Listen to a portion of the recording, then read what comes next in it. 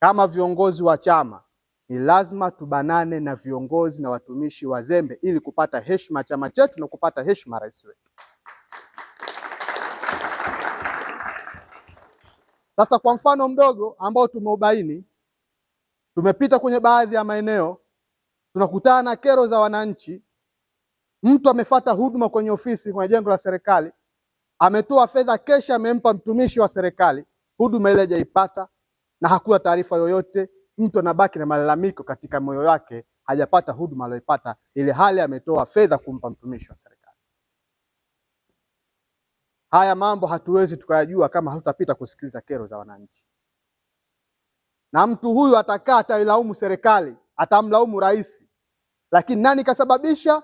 Ni mtu alichukua fedha ya mtumishi, alichukua fedha ya mwananchi. Mambo haya tutayabaini pale endapo viongozi tutakuwa na tabia ya kutembea na kusikiliza kero, na hakuna atakayeweza kuyafanya hivi zaidi ya sisi Chama cha Mapinduzi, kwa sababu sisi ndio tumekuja kuwaomba watu ridhaa na watu wakatuamini. Sisi ndio dhamana.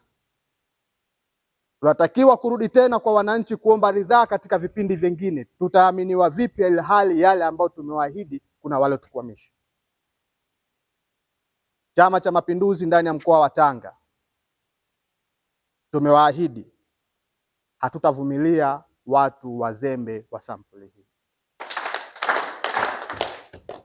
Hatupo kwa lengo la kumwonea mtu, wala hatupo kwa lengo la kumkanyagia mtu, bali tupo kwa lengo la kulinda heshima ya chama chetu na heshima ya Rais wa Jamhuri ya Muungano wa Tanzania, Daktari Samia Suluhu Hassan.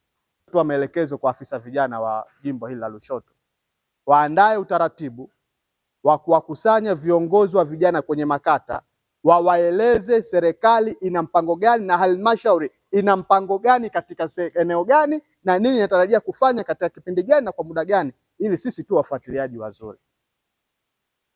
Serikali ya Daktari Samia Suluhu Hassan imefungua fursa nyingi kwa vijana, si tu mikopo ya 10%. Zipo fursa katika sekta mbalimbali.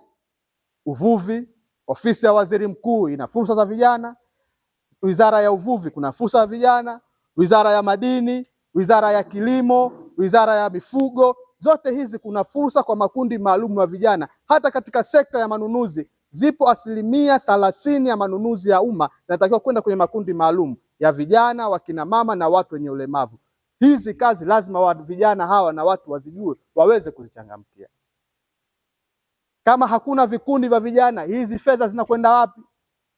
Hizi fursa zinachukuliwa na nani? Kazi hii ni afisa vijana kuwaeleza vijana nini serikali imepanga katika maeneo yao. Jumuiya hiyo Umoja wa Vijana wa Chama cha Mapinduzi hatutakuwa wanyonge kwenye hili. Tutakuwa wakali na tutakuwa wasimamizi namba 1. Kwa sababu sisi ndio tumewaambia vijana wakiamini Chama cha Mapinduzi tutaleta fursa kwao.